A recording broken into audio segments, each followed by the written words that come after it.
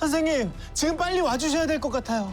16살 여자아이인데 출혈이 멈추질 않아요.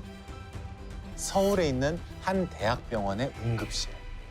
불과 1시간 전만 해도 엄마 하고 부르던 딸이 너무도 처참한 모습으로 병원에 실려간 거예요. 자, 주원이에겐 무슨 일이 있었던 걸까? 직접 들어볼까요? 예.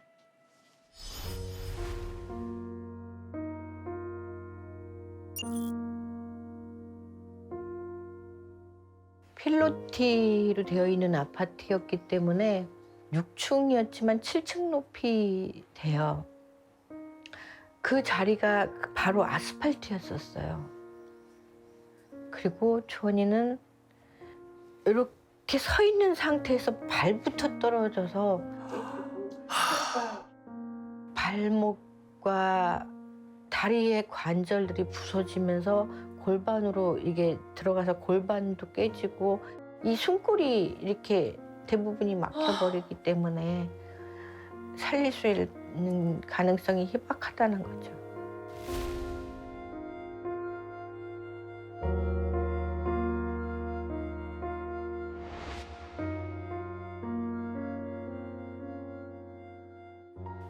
저는 식물인간이라도 좋다. 어떻게 제발 뇌를 열어달라고. 이 뇌를 열어서 이 숨골을 막고 점점 매일매일 이 숨골이 조여드는 그걸 좀 막아달라. 이거 좀 열어달라.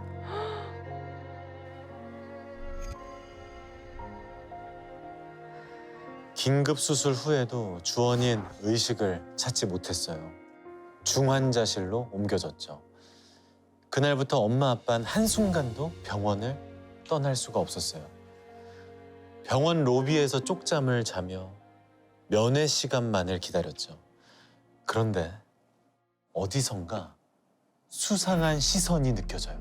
병원 한 구석에서 쏙닥거리며 주원이네를 지켜보는 듯한 두 남자.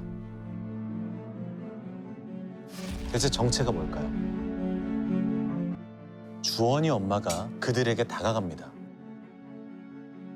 오늘도 주원이는 안 보고 가실 건가요? 선생님? 감시자들의 정체는 주원이가 다니던 고등학교의 선생님들이었어요. 아이가 옥상에서 뛰어내린 지 한 달이 넘었어요. 학교에서 주원이에게 무슨 일이 있었는지 알아보고는 계신 거예요?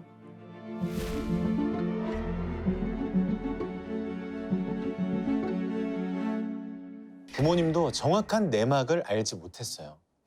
그래서 학교도 경찰서도 찾아갔지만 다들 알아보고 있다라는 얘기뿐이었죠. 퉁퉁 부은 모습으로 간신히 버티고 있는 주원이를 보며 엄마의 속은 썩어 들어갔습니다. 그렇게 한 달이 지난 어느 날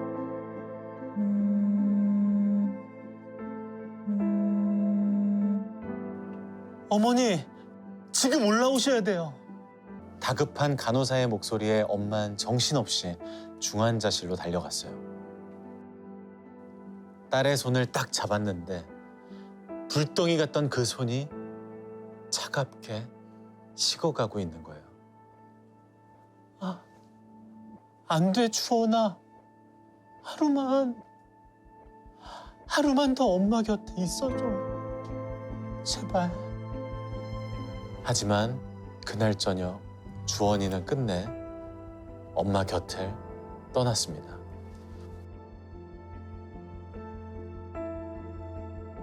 아파트에서 투신한 지 35일 만이었어요. 아빠는 공황장애 때문에 아무 일도 할 수 없었고요. 엄마는 매일 주원이의 채취와 손때가 남아있는 방에서 몰래 숨죽여 울었대요. 주원이가 이제 태어나서도 보면은 굉장히 잘 웃는 아이였어요. 엄마지만 너무 이렇게 할맑게 한박 웃음을 늘 웃는 아이라서 신기했을 정도. 내가 우울하고 슬퍼도 아이를 통해서 내 기분이 편안해지는 그런 게 되게 많았었어요.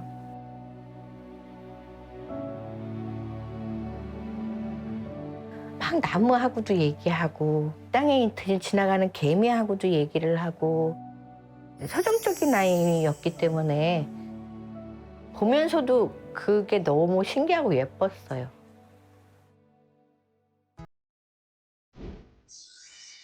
안녕하셔요. 우리 엄마님을 너무나도 사랑하는 딸내미 주원이에요. 이걸 어떻게 줘야 서프라이즈가 되려나? 엄마, 나는 엄마가 우리 엄마라서 정말 무한대로 행복하고 고마워. 그러니까 아프지 말고 오래오래 내 옆에 우리 짱짱 미녀 엄마로 남아있어줘. 아빠랑도 너무너무 예쁜 부부니까 니마 그 강을 건너진 마오에 할머니, 할부지 부부처럼 오래오래 알콩달콩 살고 절대 아프지 마. 엄마 아프면 주원이 마음도 아파요. 사랑해요.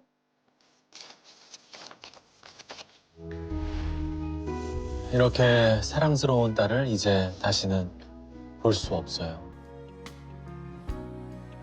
자, 이젠 유품이 되어버린 딸의 편지를 다시 읽으면서 엄마는 어떤 생각을 했을까요?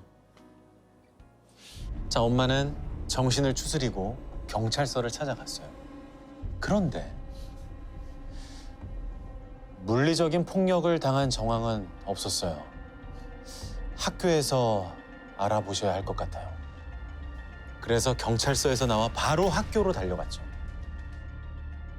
학생이 이렇게 삶을 버렸는데 어떻게 이럴 수가 있느냐. 어? 그때 교장이 그래요. 소파에 이렇게 앉아가지고 뭘 해야 되는데요. 와. 저희가 뭘 해야 되는데요. 얘기하다 일어서면서 그랬어요. 잃을 게 더 이상 하나도 없는 사람이다. 나는 내 자식, 내 소중한 우리 주원이를 잃었고 내 모든 게 이제는 다 잃은 거니까 내가 죽는 그날까지 내가 할 수 있는 걸 뭐든지 다 할 거다. 두고 보십시오 하고 나왔어요. 그런데 주원이는 유서를 남기지 않았어요. 주원이 엄마는 딸이 쓰던 핸드폰을 꺼내 들고 수리점을 찾아갑니다.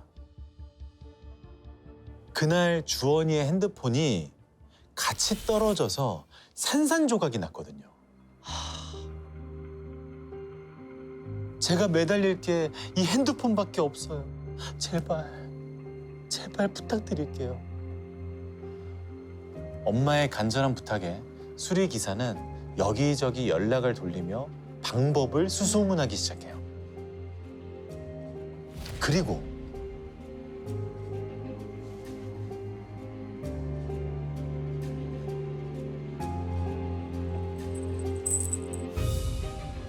우리 어머니 아버님께서 직접 이렇게 전해주셨어요.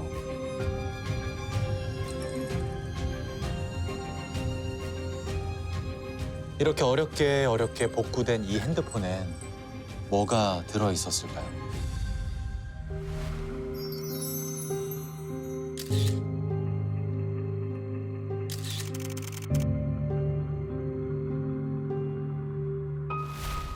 모두가 돌아간 자리 행복한 걸음으로 갈까 정말 바라던 꿈들을 이룬 걸까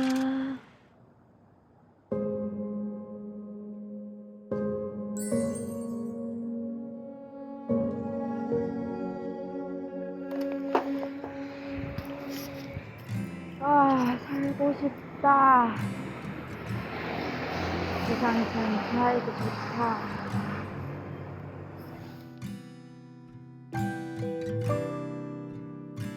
살고 싶다고 했는데, 분명 살고 싶다고 했는데 왜 주원이는 끝내 삶이 아닌 죽음을 택했을까요? 엄마는 딸의 핸드폰 속 기록들을 하나하나 살펴보기 시작했어요. 핸드폰을 뒤지던 엄마의 눈에 사진 한 장이 들어옵니다. 바로 이거예요.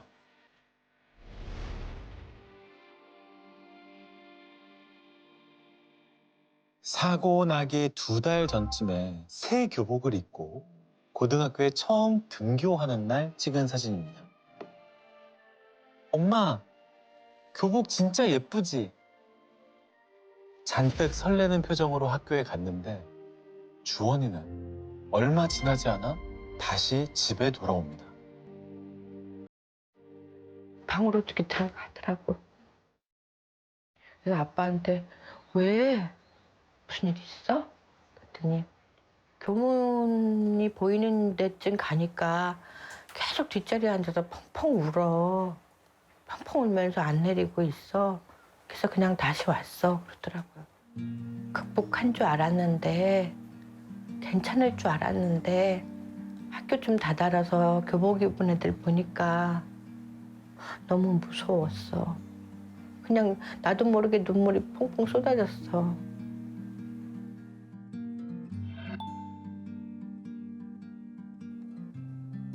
나랑 피해자네 가해자네 했던 여자애는 졸업하고 다른 여고 갔다더라.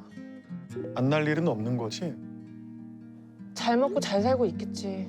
다른 학교 가려니까 다시 생각나. 잊은 게 아니었어. 잠깐 묻힌 거지. 사실 주원이는 중학교 때 한 차례 전학을 갔어요. 원래 동네에 있던 중학교에 다녔는데 학교 생활을 힘들어해서 지방의 기숙학교로 옮겼거든요. 뭐 자세한 상황까지는 몰랐지만 엄마도 기억하는 일화가 있었어요. 김미소, 그때 그 애와 문제 때문에 학교에서 둘이 상담도 받았는데 엄마는 곧장 중학교로 달려갔어요. 그리고 주원이의 상담 기록지를 찾아냈죠. 네. 네. 상담자 박주원, 상담 영역 친구 관계. 일주일 전에 생활부장님이 김미소를 같이 불러 오해를 풀도록 장을 마련했으나 편하게 대화를 나누지 못해 아쉬워함. 교실로 와서는 김미소가 다르게 행동한다고 함. 김미소라는 학생하고 갈등이 있었네요. 엄마도 그 친구만큼은 똑똑하게 기억했어요. 집에도 놀러 온 적이 있었는데 그때 그 아이가 주원이의 핸드폰을 자기 것처럼 쓰더래요. 하도 이상해서 나중에 엄마가 주원이에게 슬쩍 물어봤대요.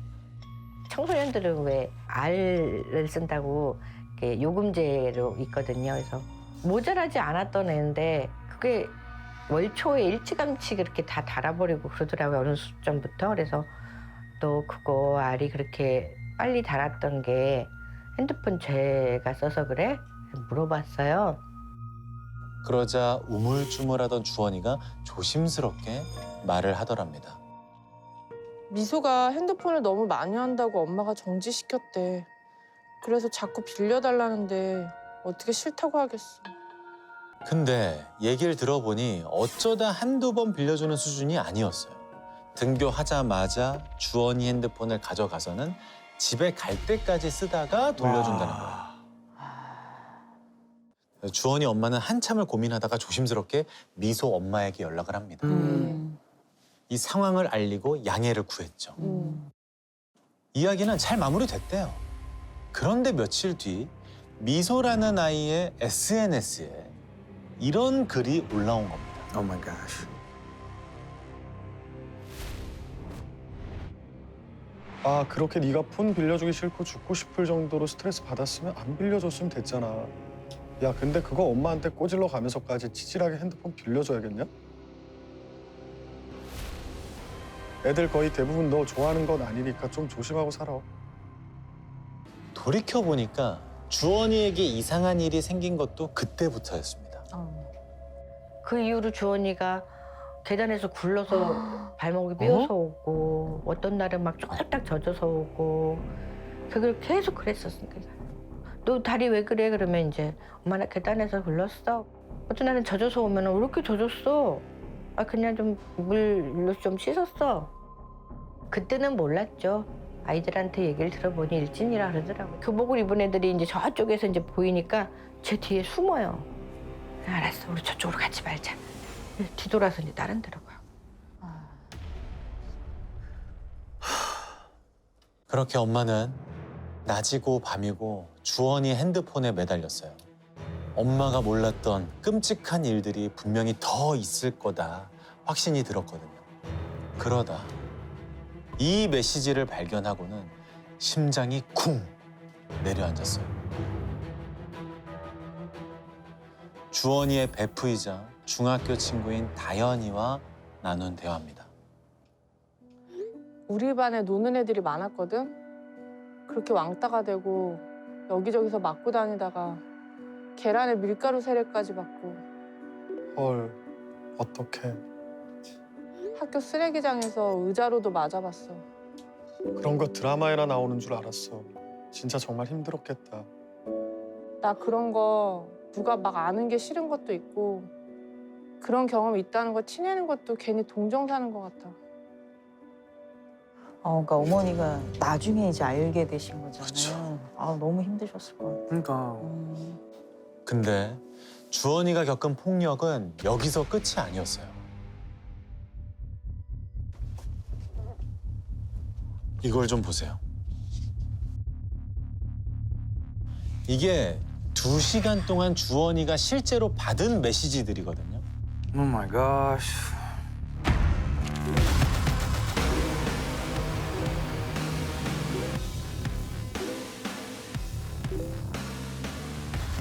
이게 9시부터 해서 11시까지 2시간을 진짜 와. 1초도 안 쉬고 이랬네, 진짜. 2시간 동안 600개가 넘는 욕설이 쏟아진 겁니다.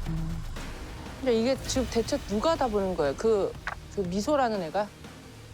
아니요. 누가 욕한 건지 몰라요.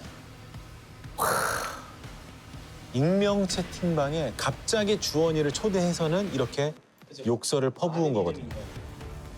이렇게 공격성이 갑자기 고조되는데 몇 가지 조건이 있는데 여기서 그 조건 2개가 다 있는 게 첫 번째가 익명성이고 두 번째가 집단으로 여러 명이 같이 하면 점점 공격성이 더 고조되거든요. 다른 친구가 막 욕을 하면 딴 애가 아, 참 말 잘하네 이런 식으로 계속 부추기는 내용들이 나와요. 네네. 그러니까 서로 더 세고 더 험한 말을 해서 더 이 피해자한테 모욕을 주는 이 행동으로 쾌감을 느끼는 거예요. 주원이도 이때는 너무 무서웠는지 엄마한테 바로 알렸대요. 너무 심각하니까. 엄마는 대화 내용을 전부 뽑아서 경찰에 신고하고 학교도 찾아갔어요. 네. 그래서 찾았어요.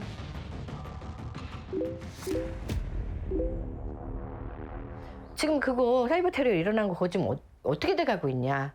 그게 어떻게 진행이 됐는지 어떻게 처리가 됐는지 알려드릴 수 없다 그러면서 안 알려줬어요. 저희도 할 수 있는 게 없어요. 앵무새처럼 그 말만 반복을 하다가 얘기를 한 게 그거예요. 전학을 가시라. 이 동네 다른 학교로 그럼 전학을 해달라. 그랬더니 어차피 네트워크로 애들 다 연결되니까 가까운 데로 전학을 하면은 아무 소용없어요. 먼 데로 가셔야죠. 주원이가 지방 기숙학교로 전학을 갔던 거예요. 아, 지방으로. 네. 거기서 아까 다현이 같은 좋은 친구들도 만났고 네. 주원이도 점점 안정을 되찾아갔죠.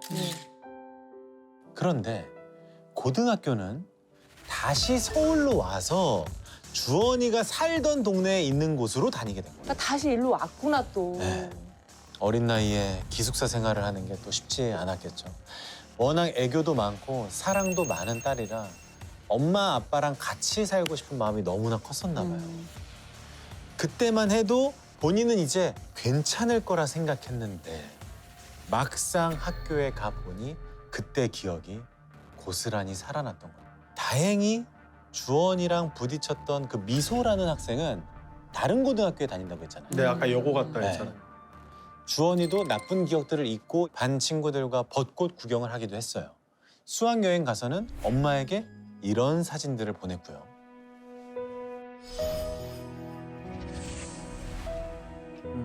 잘 적응하고 있었네요. 정말 다행히도 교우 관계도 이제는 회복이 된 것 같고.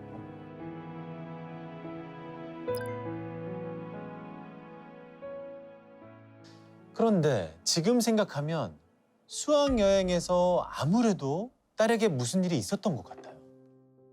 그렇게 수학여행을 갔다 오고 나더니 전아 일어나 이제 학교 갈 준비해야지 그랬더니 겨우 어렵게 이렇게 몸을 일으키더니 대답도 안 하고 내 얼굴만 이러고 봐요.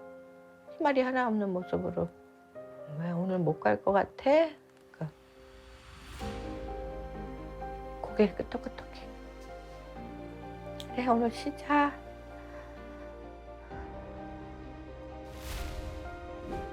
그때부터 일주일 동안 주원이는 쭉 학교를 가지 못했고 그 다음 주엔 학교에 가겠다라고 말한 뒤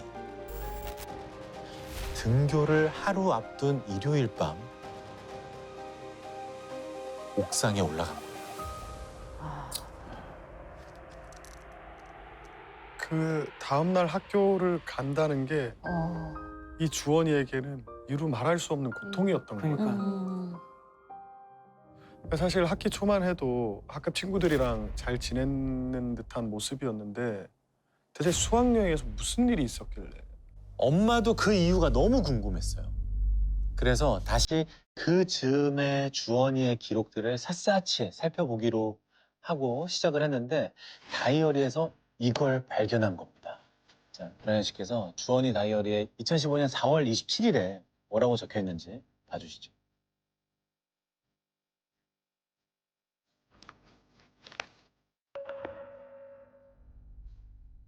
김미손 만난다.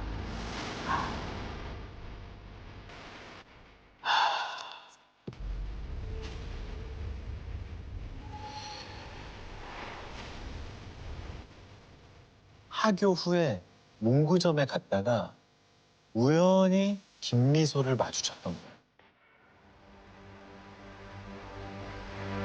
깜짝 놀라서 굳어버린 주원이에게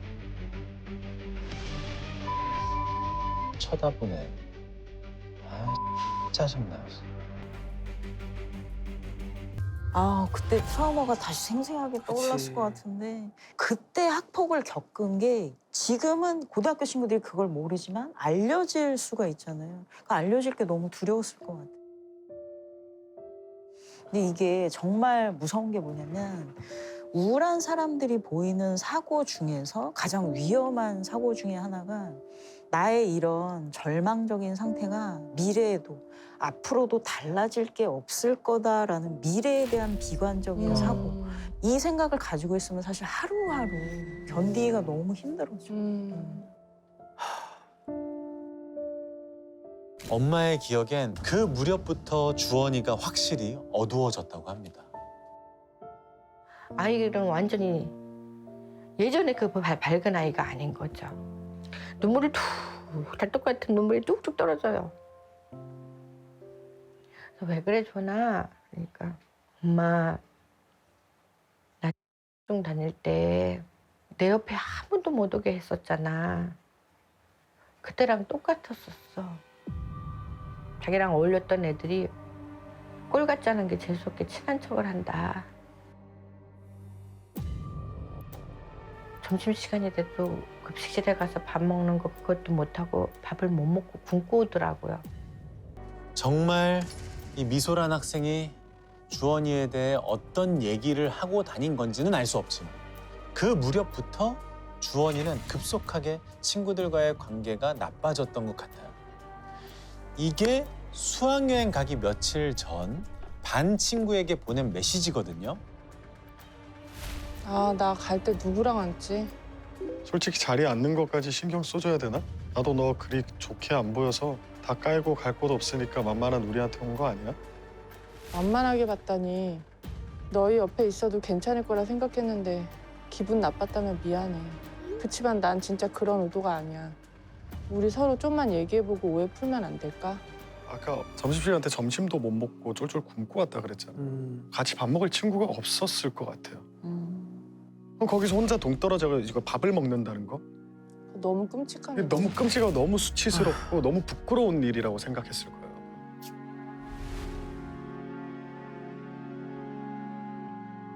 무궁화 꽃이 피었습니다.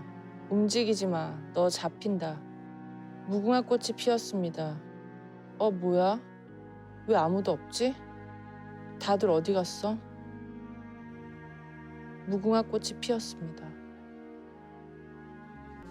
그렇게 수학여행을 다녀온 지 일주일 만에 다시 학교에 나가기로 결심한 주원이 등교 하루 전날 홀로 옥상에 올라가서 중학교 친구에게 연락을 합니다.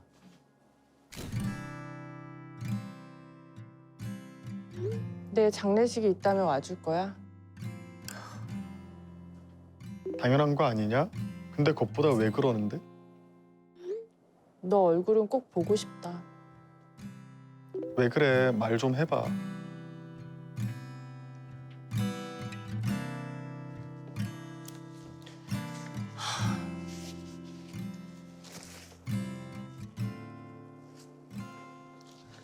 죄송해요. 제가 못 읽겠어요.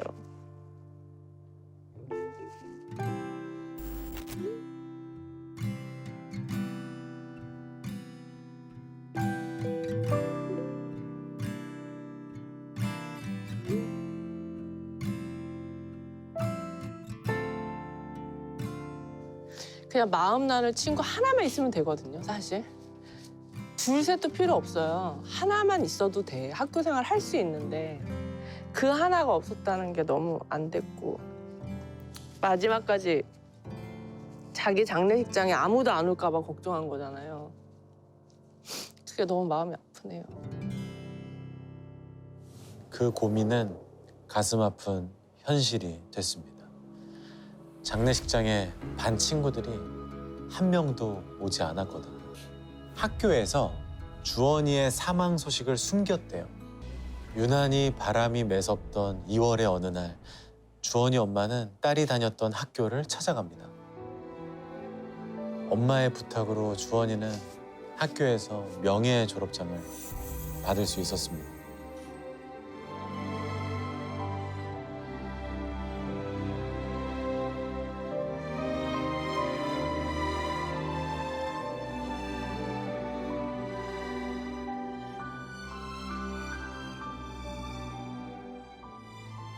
그래서 주원이를 괴롭혔던 애들은 어떻게 됐어요? 조사 결과 학교와 경찰 모두 같은 답을 내놨습니다. 가해자 없음, 피해자 없음.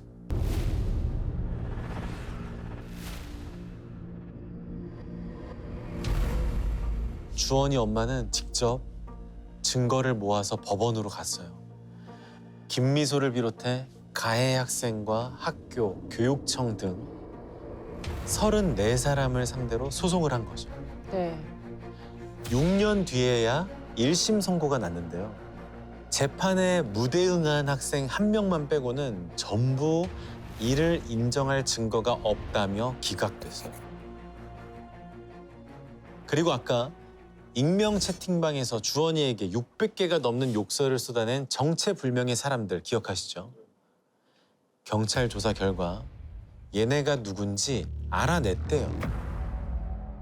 대부분 주원이와 일면식도 없던 또래 학생들이었어요. 주원이 엄마는 이들도 고소했거든요. 근데 이것도 기각됐어요.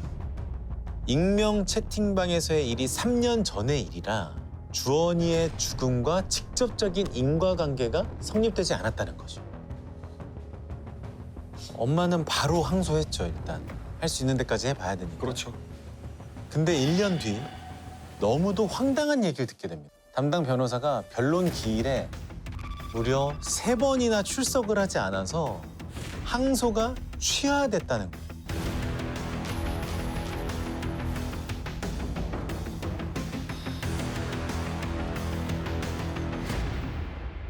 오지 안 와도 된다고 이러면서 자기가 알아서 한다고 했고, 내가 항소 그거 계약하면서 분명히 모든 재판 내가 참석할 거니까 날짜 알려달라고 그러지 않았냐.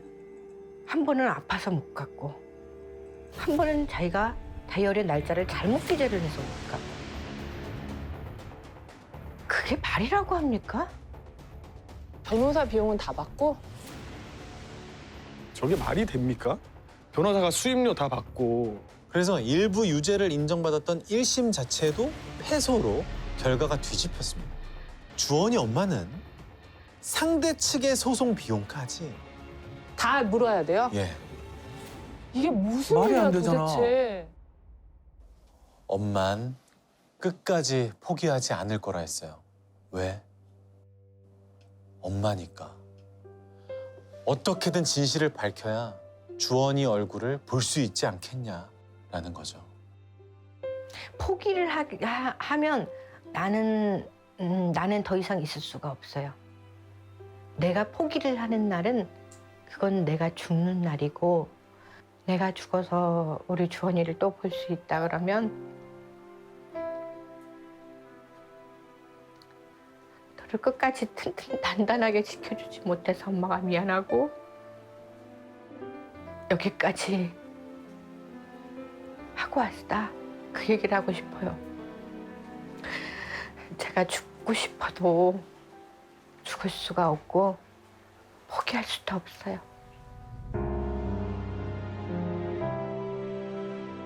그런 엄마의 마음을 주원이는 미리 알고 있었던 것처럼 보여요. 노트에 보면 주원이가 엄마의 편지를 읽고 쓴 자작시가 또 있거든요.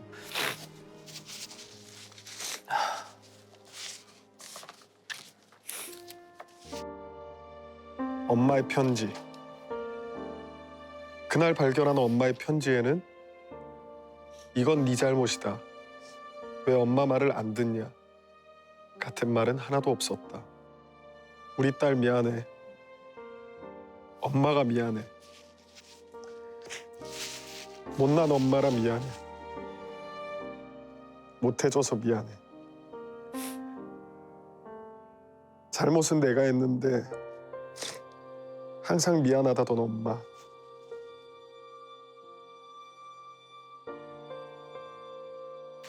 눈물로 젖은 편지지는 부들부들 떨린다.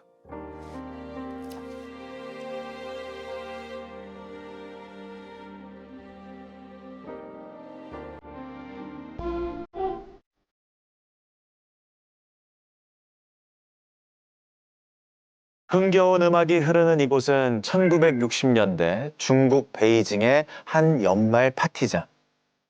세계 각지에서 온 외교관들이 모여 있어요. 니하오, 헬로, 봉수, 마드모아젤.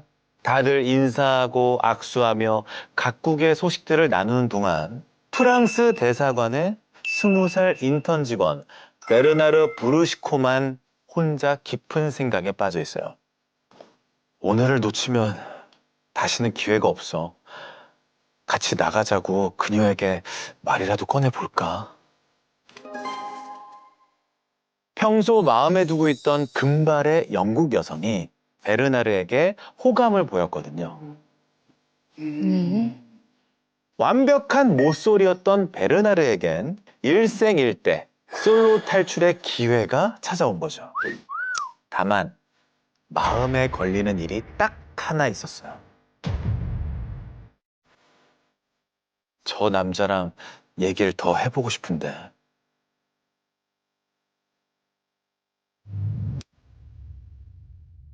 서양식 정장을 입고 파티에 온 중국인 청년이 자꾸만 신경이 쓰였던 거죠.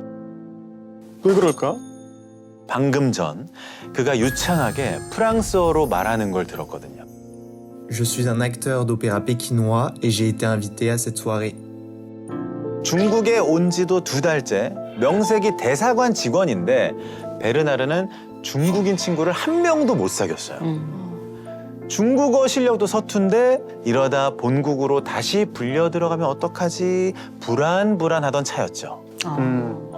그래서 말이 통할 것 같은 중국인 친구와 친해지려면 파티장에 남아야 할 것 같고 못쏠 인생을 청산하려면 당장이라도 그 썸녀의 손을 잡고 둘만의 시간을 보내러 나가야 할 것 같고 베르나르는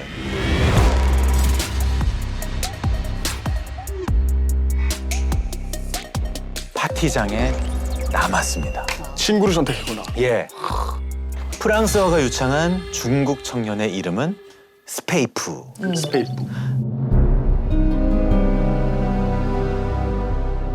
낯선 타국 생활에 지쳐있던 베르나르는 경극 배우이자 작가라는 그와 함께 둘도 없는 친구가 됐습니다. 그리고 헤어나올 수 없는 지독한 덫에 걸려들었죠. 둘 다 남자 같죠?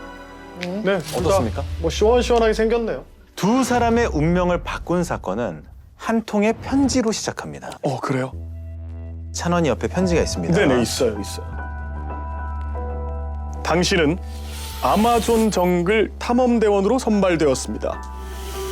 그렇습니다. 이게 뭐야? 사실 베르나르는 대사관에 취직하기 전 아마존 탐험가의 대원으로 지원을 한 일이 있었어요. 그래요? 그런데 한참이나 소식이 없었고 베르나르도 지원 사실조차 까맣게 잊고 있던 중에 이런 소식이 전해진 거죠.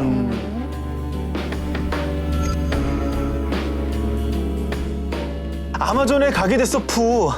정말 내가 뽑힐 거라고 생각도 못했는데 너무 잘 됐지? 근데 표정이 왜 그래? 우리 이제 그만 보는 게 좋겠어. 무슨 소리야? 갑자기 왜 그래? 설마 내가 아마존에 가는 것 때문에 그러는 건 아니지? 왜 그래, 푸? 이 일이 있고 며칠 뒤 스페이프가 베르나르를 찾아와요. 베르나르의 운명을 완전히 뒤흔들게 될 어마어마한 얘기를 꺼냅니다. 혹시 나비 이야기 기억해? 아무에게도 말하지 않았다는 깊은 비밀에 대한 이야기. 베르나르 씨가 직접 들려주실 겁니다.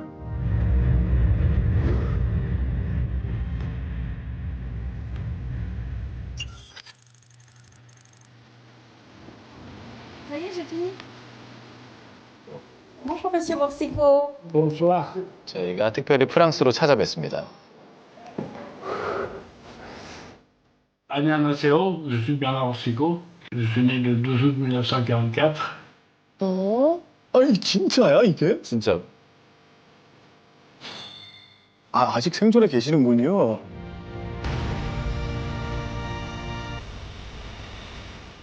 C'est un enchevêtrement de circonstances.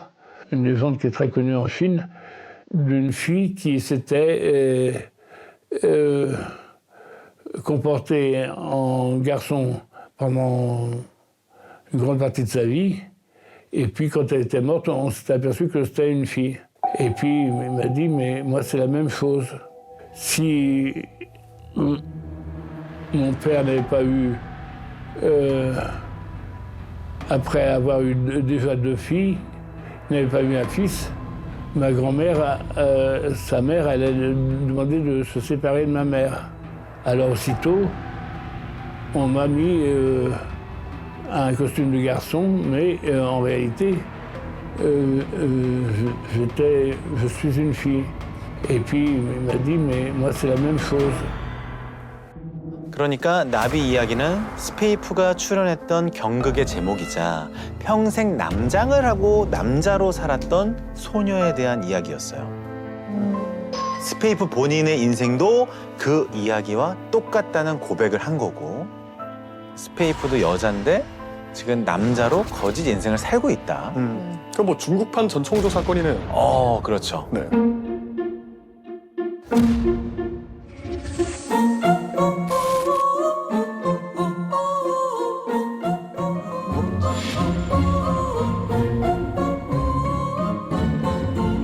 베르나르는 스페이프의 말을 믿었어요.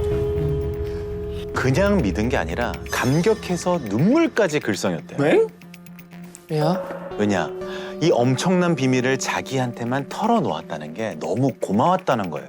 베르나르가 어떻게 저 말을 믿었냐 이런 생각이 드실 수가 있는데 문화차라는 걸 되게 잘 이용한 것 같아요. 베르나르는 서양인이고 지금 동양에 처음 온 거잖아요. 그렇죠. 그러면 집에 이제 딸이 많아서 아들로 키웠다. 그러니까 이게 굉장히 있을 법한 얘기잖아요. 개연성이 높은 얘기여서 저럴 수 있겠다라는 생각을 했을 것 같고. 그런 마음이었나 봐요. 네. 그리고 자연스럽게 두 사람은 연인이 됩니다.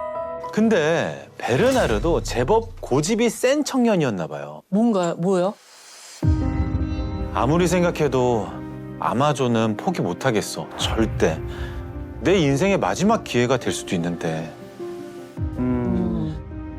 결국 베르나르는 여친이 된 스페이프를 설득하러 찾아갑니다. 미안해, 푸. 근데 내가 이 기회를 얼마나 꿈꿔왔는지 알잖아. 베르나르, 나 할 말이 있어. 사실 나 임신했어. 이 뱃속에 우리 아이가 있다고.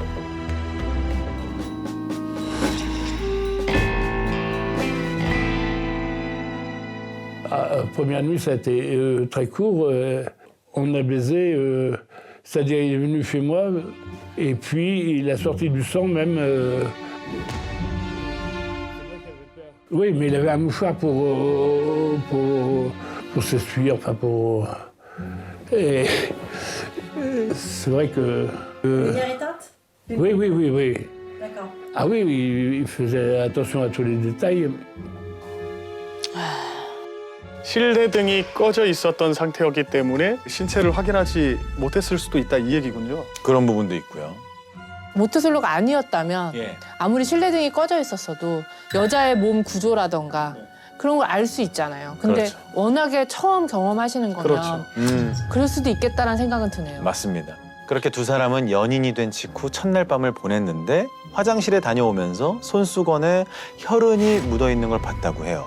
후버링이란 용어 혹시 여러분 들어보셨어요? 들어본 것 같아요. 후버링. 머리. 진공청소기를 네네. 가리키는 용어인데 빨아들이듯이 결별한 사람을 온갖 수단과 방법을 가리지 않고 다시 내 영역 안에 끌어들이는 걸 후버링이라고 해요. 갑자기 애정 공세를 막 펼치기도 하고 거짓말을 하기도 하고 발목을 잡기도 하고 저런 수단을 이제 쓰죠. 베르나르가 떠나려는 그 타이밍에 이 기회를 얼마나 꿈꿔왔는지 알잖아. 사실 나 임신했어. 또 여자라는 고백을 언제 했는지를 생각해보면 그것도 베르나르가 떠나려고 할 때 혹시 나비 이야기 기억해? 사실 나 여자야. 이렇게 터트린 거거든요. 그러니까 떠나려고 할 때마다 이런 식으로 고백 폭탄을 터트리는 이 스페이프의 심리. 후버링이라고 하는. 자, 그러나 스페이프의 그 애절한 호소에도 베르나르는 아마존만큼은 포기할 수 없었다고 합니다. 꼭 다시 돌아오겠다라는 약속을 남기고 결국 아마존으로 떠나는데요. 네. 똑똑똑. 노크 소리에 조심스럽게 스페이프가 문을 열었더니 잘 있었어? 그리웠어, 푸. 그렇게 두 사람은 뜨거운 포옹을 합니다. 뜨거운 키스를 나눈 뒤 베르나르가 먼저 이렇게 묻습니다. 우리 아이는 건강해? 그럼요. 당신 아들 이름은 스두두예요. 근데 그래서 스두두는 어디 있어? 보냈어요. 멀리. 보내다니? 그게 무슨 소리야? 우리 아들을 지키려면 어쩔 수가 없었다고요. 1960년대에서 70년대에 걸쳐 중국 공산당의 강경파들이 주도한 전통적인 건 죄다 쓸어버리자는 분위기가 엄청났던 시기예요.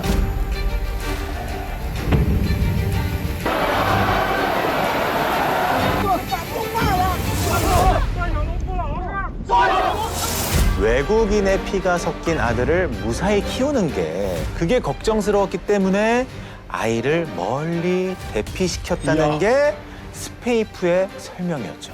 그러면서 스페이프는 베르나르에게 말합니다. 만약 공안이 쳐들어오면 딱 두 문장만 기억해요. 속닥속닥 어쩌고저쩌고.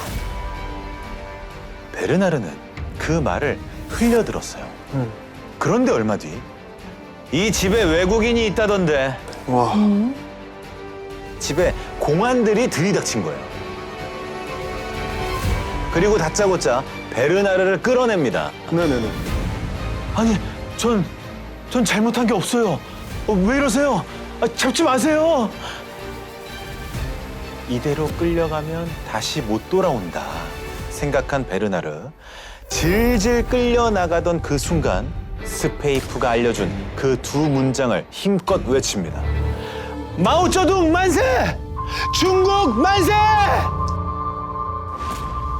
그러자 공안들이 거짓말처럼 베르나르를 풀어주고 그 집을 떠났대요. 그 후 베르나르는 결심을 합니다. 아들을 만나려면 내 아들과 내 아내의 나라에 도움이 되는 사람이 되자. 베르나르는 중국 정부의 스파이가 됩니다. 그래서 베르나르가 무려 500여 건의 프랑스 대사관 문서를 넘겨주거든요. 와, 진짜 스파이네. 네. 스페이프는 전혀 몰랐던 일이다. 그런데 그로부터 몇 년 후 베르나르 눈앞에 정말 아들이 나타납니다. 오, 진짜? 예. 자, 7살이 된 스두두.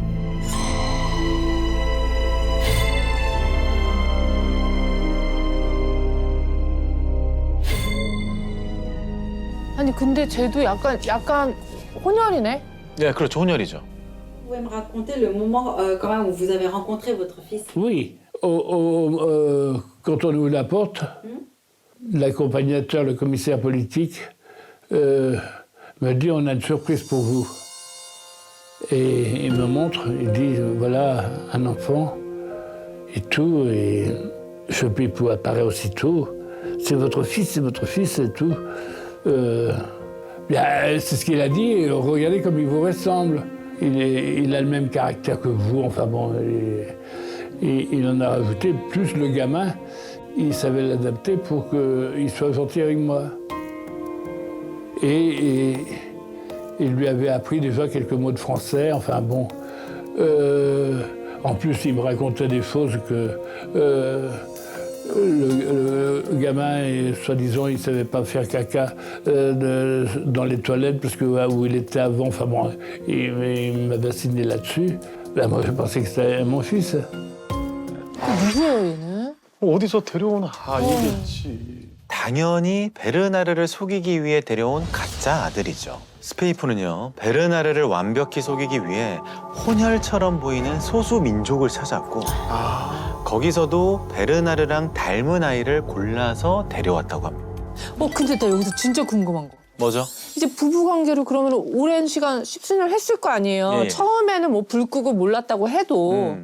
근데 이걸 유지하면서 성별을 계속 속을 수가 있는 거예요? 나 그게 궁금하네. 자, 그 부분 예.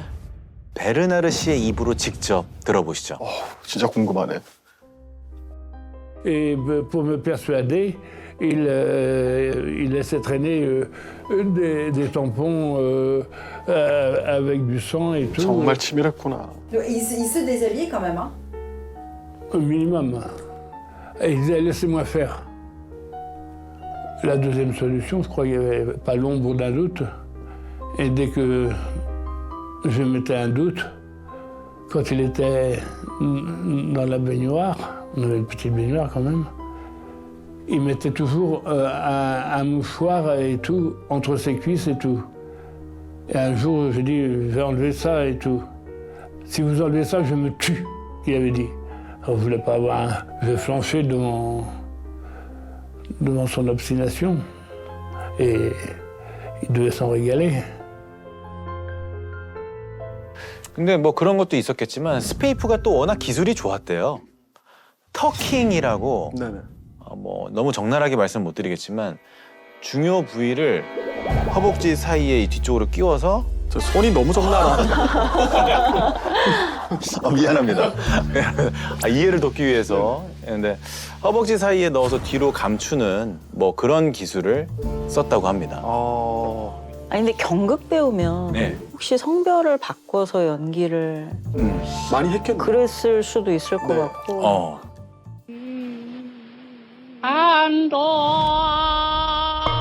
자, 이렇게 스페이프를 자신의 아내라 철석같이 믿은 베르나르는 중국을 떠난 뒤에도 자신의 아들 스두두와 아내라고 믿는 스페이프를 프랑스에 데려오기 위해 갖은 노력을 다 기울입니다. 그리고 마침내 이들과 함께 프랑스로 옵니다. 오, 그래요? 스페이프의 모습이 되게 궁금하다. Une situation qui suscite encore aujourd'hui bien des interrogations. Les services chinois essayaient-ils de 그냥 아저씨인데? 어. 아, 인기가 좋았구나, 스페이프가.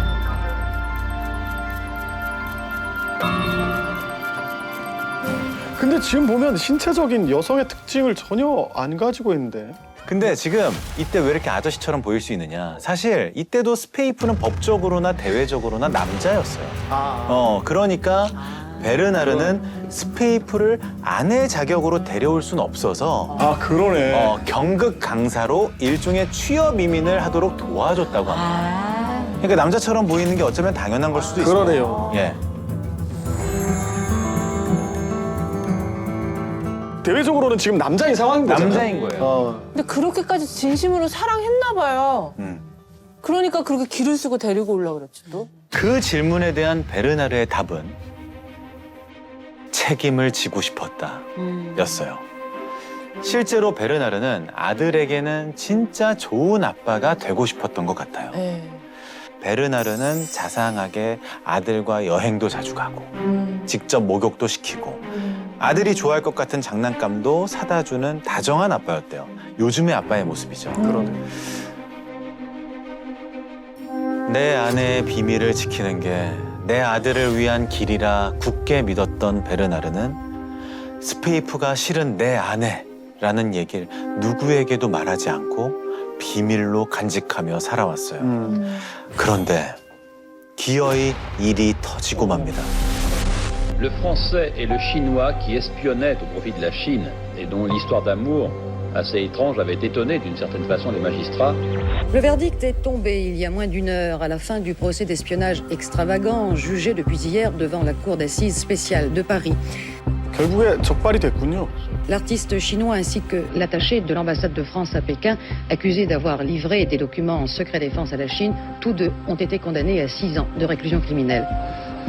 Les deux accusés ont bel et bien participé à une opération des services secrets chinois. Xi Peipu, intellectuel et artiste, a déployé son grand talent d'acteur pour séduire Bernard Boursicot. Le fonctionnaire français, naïf et simplet, a trahi son pays en livrant de nombreux documents aux autorités chinoises. 베르나르와 스페이프가 중국의 스파이 활동을 한 혐의로 프랑스 당국에 기소돼 재판을 받게 된 겁니다. 그런데 법정에서는 그 순간까지도 베르나르는 스페이프를 자기 아내라고 철석같이 믿고 있었대요. Pendant des mois, je ne croyais pas, je croyais que c'était un mensonge de la DST d'avoir dit que c'était un mec et que c'était pas possible. Et je demandais tout le temps qu'on fasse des recherches et tout. Et même, je n'ai pas cru quand j'ai appris par la radio que la Matari chinoise était en fait un homme. Ça, je n'ai pas cru non plus. 심지어 스페이프가 법정에서 나는 남자입니다 라고 하자 베르나르가 뭐라고 했는지 아세요? 자, 베르나르는 만약 스페이프가 남자라면 스페이프는 자웅동체일 거예요. 내 아이를 낳았으니까요. 자, 재판 후 베르나르가 먼저 구속됐고 얼마 뒤 같은 수용소에 스페이프가 수감됩니다. 네. 그러자 누구보다 놀란 건 베르나르였어요. 사실 푸는 내 아내예요. 남자들만 있는 방에 여자를 배정하면 어떡합니까? 근데 이렇게 항의를 해도 먹히지 않자 초조해진 베르나르. 급기야 엄청난 제안을 합니다. 푸, 지금이라도 나와 결혼합시다. 당신이 여자란 걸 더 이상 숨길 수 없어요. 그러자 스페이프가 너무나도 태연하게 뭐래, 나 남자야. 아직도 몰랐니? 자, 그 얘기를 들은 베르나르 어떤 기분이었을까요? 직접 들어볼게요.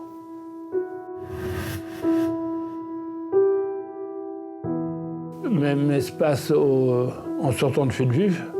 Ouais, Et je lui ai dit, mais pourquoi vous ne m'avez pas dit? Et vous savez ce qu'il m'a répondu? Voilà.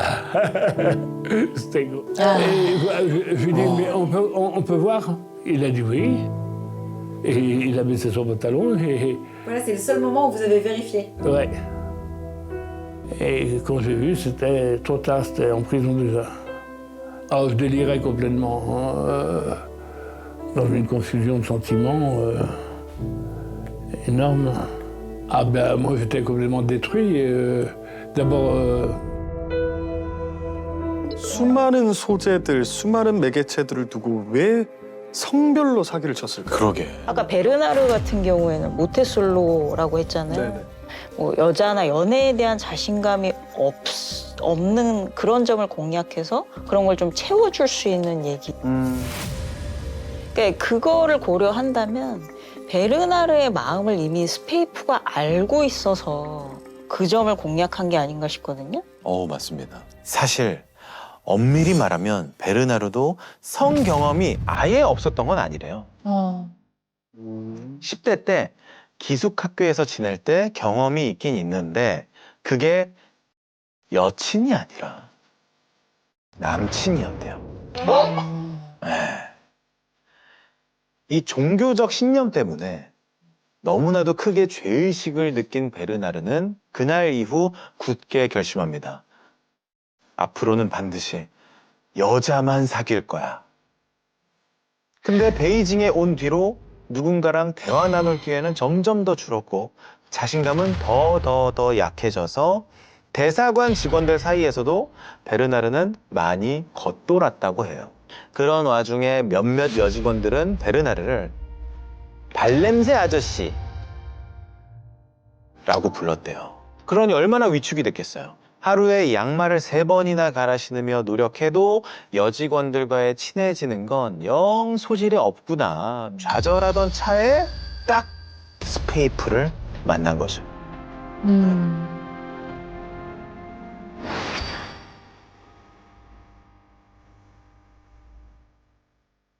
나에게 가장 필요한 말을 해줬던 친구가 어느 날 갑자기 사실 나 여자야.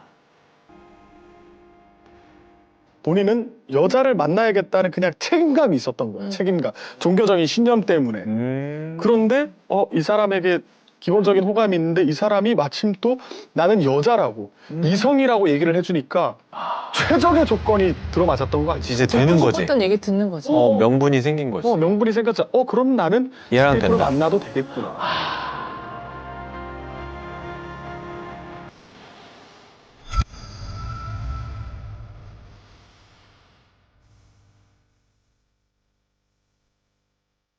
베르나르가 자신의 말을 안 듣는다 싶을 때 하는 스페이프의 단골 멘트가 있습니다. 좋아. 당신은 우리를 안 보겠다는 거지? 이제 당신 아들 못 봐도 괜찮아? 그러니까 처음부터 이 아들은 베르나르 발목을 잡기 위한 수단인 거잖아요. 그렇죠. 그러면 베르나르 입장에서 얘가 내 아들이다 이렇게 믿는 이상 얘 스페이프의 성별을 의심할 수가 없죠. 성별을 의심하면 스두드의 존재가 사라지는 거여서. 그렇네. 스페이프의 성별을 의심하는 순간 그 모든 게 이제 무너지는 거잖아요. 그렇죠. 그래서 정말 믿고 싶은 대로 그냥 믿어버린 게 아닌가. 지난날 내 20대 그 청춘이 또 다 부정당하는 것 같고. Je n'avais pas de force pour lutter avec ce Pépou. Et puis c'était là qui m'avait pris la tête. 30대로 보이는 두 남자가 점집에 나란히 앉아 있습니다. 그중 한 남자가 조심스럽게 입을 뗍니다. 저 해도 될까요? 이 남자의 이름은 전현식. 36살에 지점이 5개나 되는 피트니스 센터를 운영하는 청년 사업가입니다. 이 손대는 사업마다 대박을 쳐서 얼마 전엔 차도 바꿨어요. 무려 포땡쉐 슈퍼카. 이거 꿈의 드림카죠, 드림카. 그럼요. 네. 젊은 나이에 진짜 성공했네요. 자, 근데 그런 현식 씨에겐 오랫동안 마음에 품어왔던 꿈이 하나 있었대요. 성공한 사업가가 된 뒤에도 영 포기가 안 된다는 그 꿈. 연예인이었던 거야. 배우. 배우. 뭐 이런 거 하고 싶었던 거야. 정확합니다. 바로 영화 배우. 오늘의 고민남 한번 만나볼까요? 오, 배우 생각할 만하네. 액션 배우 이런 거. 이미 나이도 30이 훌쩍 넘었고 지금 하고 있는 사업도 잘 되고 있는데 배우 생활 한번 못하고 늙으면 평생 후회할 것 같아서 이 친구와 함께 점집을 찾은 거예요. 이 현식 씨의 고민을 들은 무속인이 생쌀 한 줌을 움켜쥐더니 현식 씨 앞에 촥 뿌립니다. 촤르르 떨어진 쌀을 이리저리 살펴보는데 어찌된 일인지 아무 말이 없어요. 얼마나 지났을까? 현식 씨 속이 바짝바짝 타들어가는데 갑자기 귀인이야, 꽉 잡아. 한마디를 툭 던진 무속인. 부채 끝으로 가리킨 건 현식 씨 옆에 앉아있는 남자. 바로 현식 씨의 친구였어요. 이 둘은 찐 절친 사이예요. 근데 이 두 사람은 처음 만남부터가 조금 남달랐어요. 현식 씨가 볼링장도 하나 운영하고 있었는데 거기 새벽 카운터를 보던 알바생이었대요. 어린 나이에 사장이 되면 직원들과 관계 맺는 게 정말 어렵잖아요. 맞아요. 그러다 보니까 뒤에서 이 대표 욕을 하는 직원들이 몇 명 있었는데 이 친구가 나서서 한마디 했다는 거죠. 아니, 우리 대표처럼 직원들 생각하고 챙기는 사장이 또 어디 있다고 그럽니까? 그때부터 이 사장님과 알바생은 가까워졌어요. 자, 그러던 어느 날 친구가 현식 씨에게 넌 배우가 될 수 있다고, 지금도 안 늦었다고 얘기해 준 거죠. 그래서 점을 보러 갔는데 네 옆에 있는 친구가 귀인이다. 점을 같이 보러 간다는 거는 예. 굉장히 좀 개인적인 얘기 나올 수 있잖아요. 맞아요. 그러니까 사실 아주 신뢰하는 사람이 아니면 애초에 점을 같이 보러 가기는 쉽지 않을 것 같아서 이미 그 정도 신뢰가 있는데 그런 얘기를 들었으면 좀 더 믿게 될 것 같아요. 맞아, 맞아. 아, 그럴 수 있겠다. 게다가 이 친구가 매니저 출신이라고 했거든요. 이 업계에 있었던 거지. 한때 아주 잘 나가던 누구나 이름을 들으면 알만한 유명 가수의 매니저였다고 했어요. 진짜? 자, 연예계에 발을 담갔던 친구가 옆에 있으면 한결 도움이 되겠죠. 네네, 그렇죠. 게다가 이 친구의 장모 될 어른이 엄청 부자래요. 중국에서 사업을 크게 해서 재산이 어마어마한데 한국 영화에 투자할 생각이 있대요. 그러니까 아예 영화를 같이 제작하는 것도 괜찮지 않겠냐. 그 친구의 처가 식구들을 직접 만난 사람 말이 중국에 있는 그 집이 정말 으리으리하대요. 드라마에서나 보던 그런 재벌집 풍경처럼 직원들이 음식을 쫙 날라주더란 거죠. 자, 고심 끝에 현식 씨는 하던 사업을 싹 다 접었어요. 자신의 가치를 알아봐준 이 친구를 믿고 영화 배우에 도전하기로 결심한 거예요. 자, 직접 확인해 보시죠. 근데 내가 알아봤거든? 근데 그 새끼가 지금 학교에 있더라고. 있는 게 뭔지 아냐? 그 새끼는 손을 아작을 내는 게 버릇이라는 거지. 결혼하는 사람이요? 아이고 죄송합니다 형사님. 아이고 제가 잘못했습니다. 제가 잘못했어요 진짜. 아 이제 무슨 일이야? 아빠 친구랑 대화 좀 하고 있었어요. 그 친구가 일 봐주던 가수가 배우로도 활동한 적이 있었대요. 그때 옆에서 보고 들었던 게 있으니까 아는 지식을 총동원해서 배우 수업을 해주겠다라고 한 거죠. 이름도 지었어요. 제2의 하정우 만들기 프로젝트. 왜냐? 현식 씨의 롤 모델이 배우 하정우 씨였대요. 그리고 친구는 호언장담했어요. 야, 너도 하정우처럼 유명한 배우 될 수 있어. 자, 지금부터 내가 주는 미션 3가지만 딱 완수하면. 일단 첫 번째, 담력을 키워라. 자, 미션의 무대는 곤지암 정신병원이었어요. 공포 스팟으로 유명했던 곳이죠. 네. 지금은 없어졌지만 일단 밤에 거기로 가. 가서 제2의 하정우가 되게 해주십시오. 기도를 해. 그리고 하룻밤 자, 거기서. 현식 씨는 어땠을까요? 왜 이런 미션을 주지 했을 것 같아요. 여러분들처럼 안 믿었어요. 뭔가 이상하다 생각했던 거죠. 근데 이 얘기를 듣고 나서 생각이 바뀌었대요. 친구의 계획이 아주 구체적이었거든요. 과거 정치 깡패로 이름을 날렸던 실존 인물의 일대기를 영화화하자라고 한 거죠. 어떤 계획이었는지 한번 들어보시죠. 첫 영화는 용팔이. 무조건 용팔이? 무조건. 다른 영화 생각도 안 나. 그럼 용팔이로 하고 여자 주연은 넌 누구 생각했냐? 생각했지. 왜냐면은 관객들이 너는 모를 거란 말이야. 주연을 해도. 나 모르지. 근데 알아. 그렇지. 그러면은 충분히 승산이 있어. 승산 없는 게임은 아니라는 거야. 내가. 그러니까 하는 거지 영화를 우리가. 충분히 승산 있다.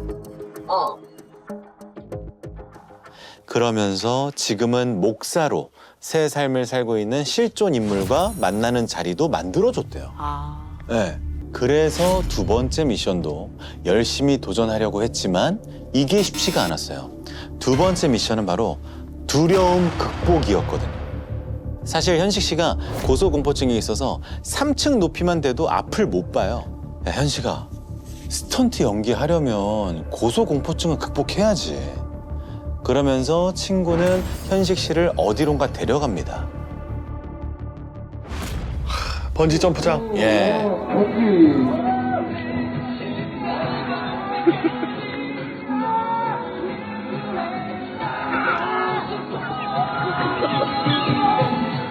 고소공포증 있는 사람이 저거 뛰기 쉽지 않은데. 진짜 뛰기 쉽지. 어쨌든 이렇게 55m 높이에서 번지 점프를 시킨 겁니다. 이 정도도 못 뛰면 너 액션 연기 못한다.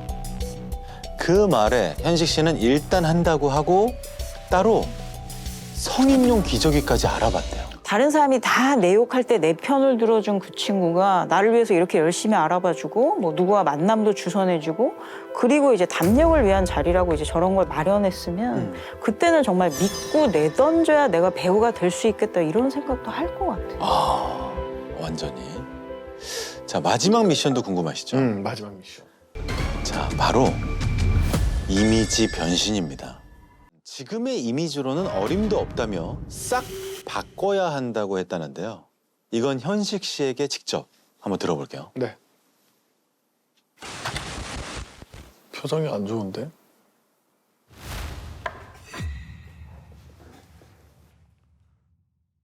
(100kg까지) 딱 찍은 것 같아 그때 당시. 캐릭터가 확실하게 하려면은 마르고 잘생기고 이런 애들은 수없이 많다고. 캐릭터 배우로 나가야 된다고 해서 그래서 살 찍은 거죠. 머리를 일단은 빠박으로 밀고 얼굴에 점 찍고 그 오다수도 점이 있지 않냐.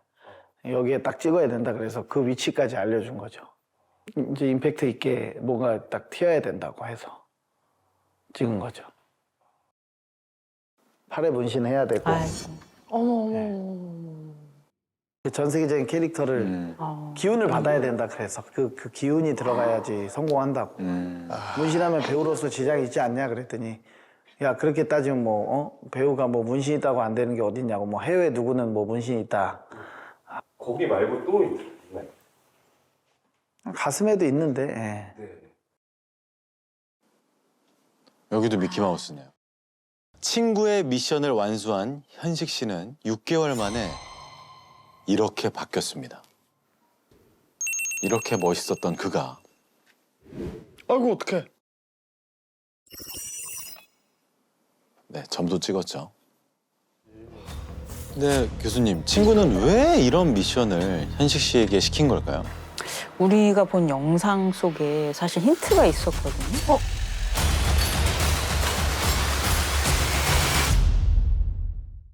아까 봤던 번지 점프 영상 한번 다시 보실래요? 왜요?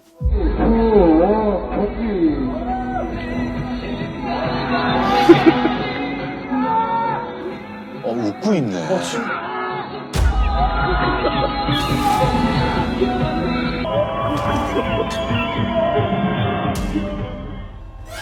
웃고 있는 걸 몰랐네. 그러네 진짜. 그러니까 이 영상을 찍은 게 친구인데 그 현식 씨가 저렇게 공포심에 막 소리를 지르는데도 저렇게 이제 웃고 있죠. 그러니까 저런 걸 가학적인 특성이라고 네, 하는데 다른 사람이 괴로워하는 걸 보면서 본인은 쾌락을 느끼는 거예요. 현식 씨의 고통에 웃는 모습이 그 친구의 진짜 모습일 거라고 생각해요. 아니 근데 둘이 절친한 사이라면서 친구는 왜 이렇게 베푼 현식 씨의 고통을 보면서 쾌감을 느끼는 걸까요? 처음에 두 사람 관계의 시작에 대해서 설명해 주셨잖아요. 네. 대표와 알바생의 관계였다고. 둘이 동갑인데 이렇게 지위의 차이가 있잖아요. 근데 거기서 오는 열등감이나 질투심이 좀 단초가 된 걸로 보여요. 그러면 그 원래 현식 씨가 했던 가게나 이런 거를 가져오진 않았고 그건 건 아니고. 그런 건 아니고 같이 끌어내린 거죠. 그냥 단지 질투심에. 네. 자, 현식 씨의 또 다른 친구들은 이 친구와 관련된 묘한 소문을 들었다고 합니다. 현식이가 이제 거래처 거래하시는데 그 사장님한테 그 친구가 접근을 해가지고 날아가자 이게 가로채려고 한 거죠. 그러니까 이 친구를 이제 뒤에서 험담을 하면서 이 친구가 잘못됐으니까 다 방식도 잘못됐고 공사 제대로 못하고 사기도 치고 다니는 이런 친구니까 날아가자. 네, 그렇게 한 걸로 알고 있어요. 제가 알기로는 그 친구가 직원으로 들어갈 때쯤에 상황이 되게 안 좋았던 걸로 알고 있어요. 왜냐면 그때가 30대 중반의 나이에 락블링장의 단순 그 직원으로 들어간 거니까 상대적인 박탈감이 제일 컸던 것 같아요. 알바나 다름없거든요. 그 뭐 수천억 재력가의 사위가 된다. 100억의 투자금을 끌어오겠다. 이 말도 전부 새빨간 거짓말이었다. 헐. 근데 아까 무슨 집 같다 그랬잖아요. 집. 중국의 초호화. 그것도 어떻게 된 거냐. 친구가 써준 시나리오대로 거짓말한 거라고 털어놨어요. 아니 그러면 지금 현식 씨한테 일부러 영화배우 얘기를 하면서 바람 넣은 거일 수도 있겠다는 생각이 들어요. 우리가 맨 처음에 들었던 두 사람의 대화에 답이 있다고 생각하거든요. 다 접고. 다 접고. 내가 말해서 네가 배우가 정말 좀 잘 돼가고 있는 성향이 있어 만약에 그럼 네 사업을 포기하고 배우 쪽으로 가야 된다고 내가 옛날에 얘기잖아. 그러니까 사업만 안 하면 사실은 두 사람이 동등한 관계가 될 수 있을 거다. 그래서 사업을 굳이 포기하고 영화 배우가 되라. 이런 식으로 끊임없이 주지를 시킨 것 같아요. 현식 씨는 급기야 친구가 시키는 대로 이름도 바꾼다. 와, 완전히 한 사람의 이 인생을 지배했구나. 맞아. 현식아, 배우 활동할 때 쓸 예명으로 딱 좋은 이름이야. 밭들봉, 귀신신, 술주, 봉신주. 현식아 어때? 이름 죽이지. 봉신주, 죽이지. 봉신주로 예명을 바꾸고 얼마 뒤 현식 씨가 야 이거 이름 이거 좀 이런 생각도 드는 거예요. 그래서 친구 몰래 이름을 전권하로 바꿨대요. 괜찮죠? 그 사실을 뒤늦게 알게 된 친구는 현식 씨에게 불같이 화를 냅니다. 이름을 너가 이름을 갑자기 바꿨잖아. 너 어디 분쟁이 가고 바꾼 거 알아. 내가 모르는 거 다 알아. 너 이름 바꾼 거는 안 돼. 이름을 이쁘고 중요한 게 아니라 흐름을 봐야지. 연결이 존재하지. 연결이 안 되잖아 아예. 예를 들어 유아인 얘기해봐. 유아인 자체가 연결되지. 봐봐. 정거나 전에서 이은에서 기역자 바로 연결이 되냐고. 전권 이렇게잖아. 권으로 된 거지. 이상하잖아 이름이. 그럼 뭘로 바꿔? 중국풍 좋다고 했잖아. 중국풍 좋다고 분명히 얘기를 했고.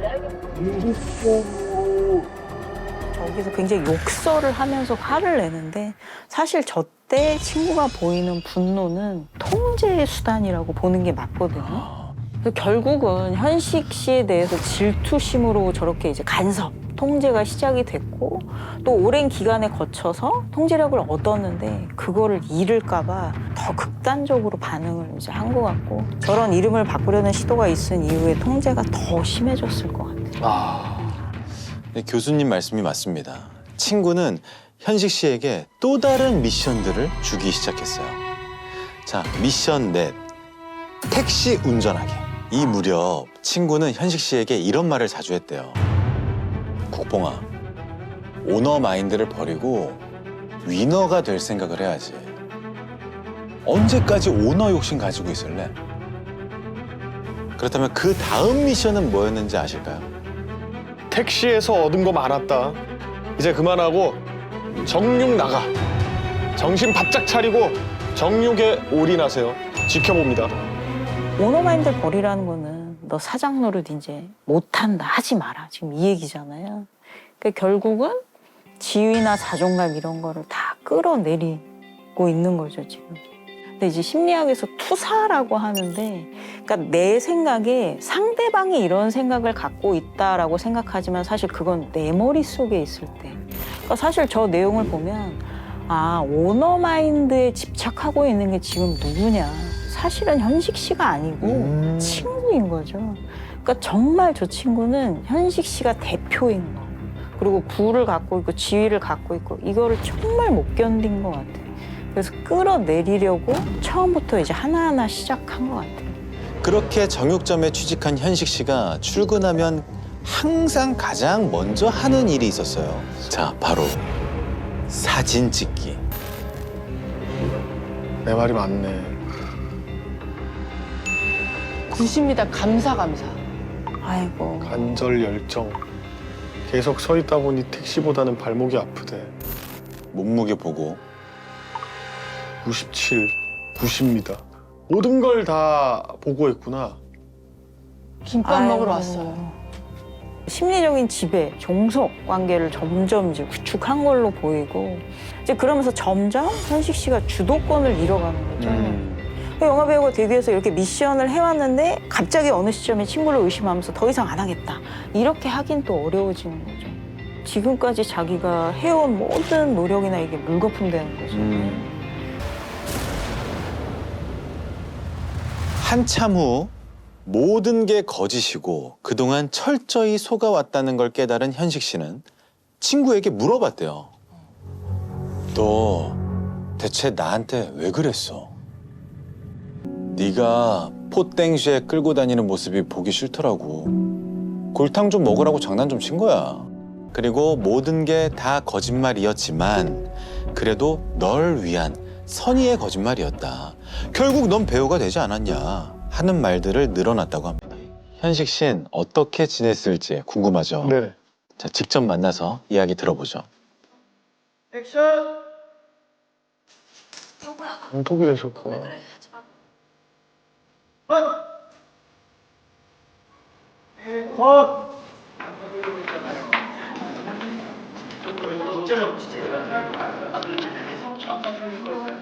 마지막 수업이라는 그냥 학교에 관련된 영화입니다.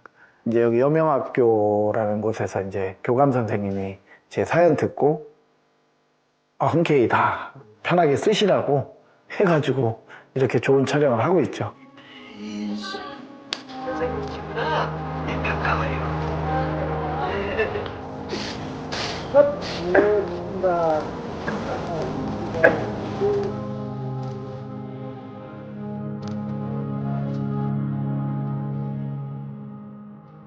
정말이야. 유명인사한테 국정이네. 선물? 해줄 수 있어. 이 영화가 저에게는 정말 소중한 영화이세요.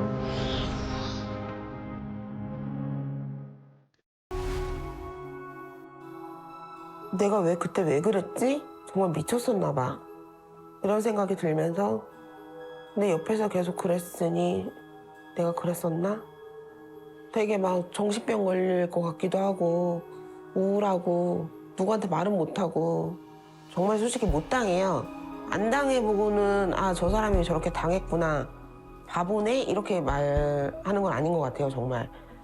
그리고 제가 이렇게 또 당해보니 정말 빠질 수밖에 없었고 수영 씨가 키우는 강아지들 때문에 시작이 됐습니다. 인형 같네요. 너무 이쁜 진짜 인형 같아. 아이고, 와. 내 야 말이. 진짜 예쁘다. 너무 귀엽다. 종이 무슨 종이에요 저게? 말티즈. 말티즈? SNS로 어머 댕댕이들 미모가 여신이에요. 이런 메시지 받는 게 일상이었어요. 그럼 고맙다고 이제 댓글도 달고 그쪽 SNS에 찾아가서 또 글도 남기고 그러다 친해진 어떤 언니가 있었대요. 이거 뭐야. 그렇게 강아지 시작돼. 키우는 사람들끼리 서로 님네 강지가 더 귀엽네, 내 강지가 더 귀엽네 뭐 이러면서 칭찬해주고 애들 사료는 뭐 어떤 거 먹여요? 병원은 어디가 좋아요?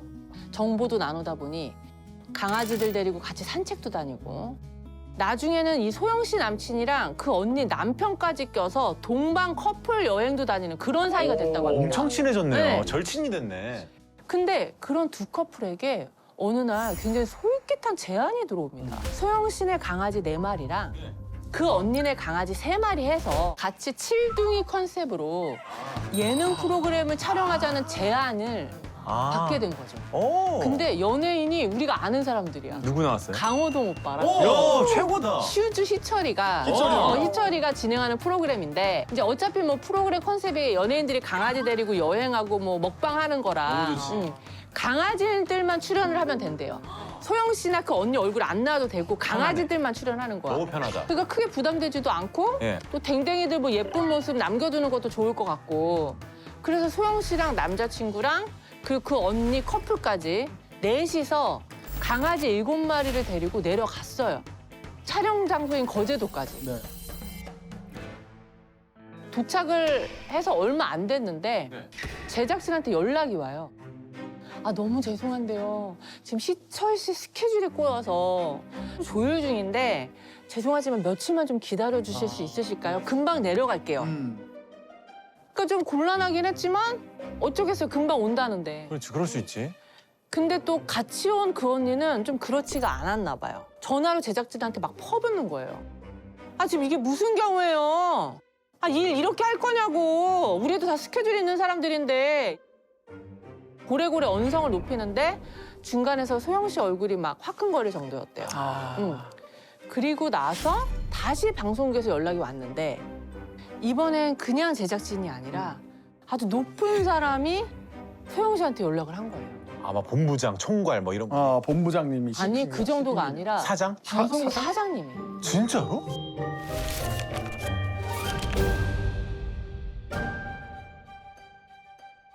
우리는 상식적으로 뭐 이런 프로그램 섭외로 사실 본부장님급도 직접 연락을 안 하죠. 보통 CP님도 안 하고 담당 PD님들이나 작가님들이 많이 연락을 하는데. 그러게요.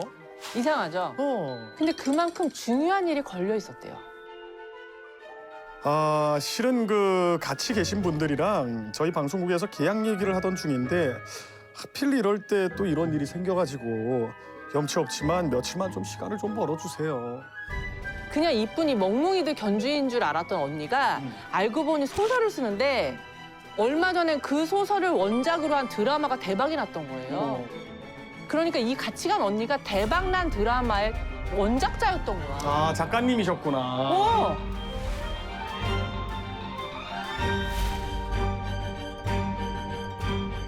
근데 그걸 자랑도 안 하고 되게 겸손하신 분이시네. 그냥 가만히 있었던 거예요. 근데 사장님이 직접 나서서 이 방송국에서 그 드라마 계약을 추진하고 있던 차에 뭔가 좀 일이 벌어졌다. 약간 이런 내용이었던 것 같아요. 그랬구나. 네. 작가님이 어디 알려지는 걸 너무 싫어해서 컨택이 굉장히 어렵습니다. 이번 건이 무산되면 진짜 다시는 못 볼 것 같아서 사흘 뒤면 우리 제작진들이 내려갈 건데 그때까지만 꼭 좀 부탁하겠습니다. 그래서 소영 씨가 물었대요. 아, 그럼 제가 뭘 도와드리면 될까요? 그냥 두 분 묵을 숙소나 좀 먼저 좀 구해주셔라. 뭐 그렇게 얘기를 했대요. 그리고 시간 나는 대로 좀 칠둥이들 이렇게 산책시키면서 동영상도 좀 찍고 식사도 좀 하시면서 괜찮은 맛집 있으면 좀 찾아놔 주시고 사진도 좀 찍어 주시면 나중에 저희가 자료 조사비도 별도로 책정해 드리겠다. 그래서 소영 씨는 이 방송국과의 약속을 착실하게 지켰어요. 보시죠. 아유 귀여워. 저걸 다 찍어놨구나.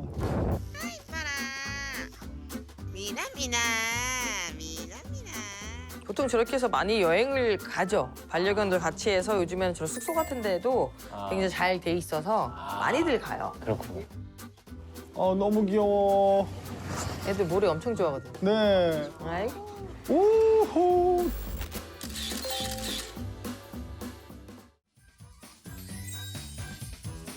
저렇게 근처 맛집도 열심히 알아보고 사진이랑 영상도 틈틈이 찍어서 보내고 칠둥이 자는 모습 찍어 보냈더니 자는 모습은 새벽까지 안 끊기게 좀 찍어달라. 밥 먹는 거 찍어 보냈더니 요리를 2개 이상은 시켜야 그림이 나온다. 뭐 회사 먹는 것도 좀 찍으래서 식당에서 시키려고 하니까 식당회는 안 되고 무슨 현지 재래시장 가서 회를 시켜야 된다. 그걸로 세팅해주면 좋겠다. 진짜? 나중에는 칠둥이들 산책하는 것 좀 더 찍어주세요. 낮엔 바닷가에서 찍고 밤엔 바람의 언덕에서도 좀 한번 찍어주면 좋겠어요. 요구가 끝이 없더래요. 소영 씨도 이제 뭐 좀 이상하긴 하고 또 슬슬 또 짜증도 나더라고요. 짜증나지. 그래서 참다 그 작가 언니한테 한마디 했대요. 언니 이건 좀 아닌 것 같지 않아?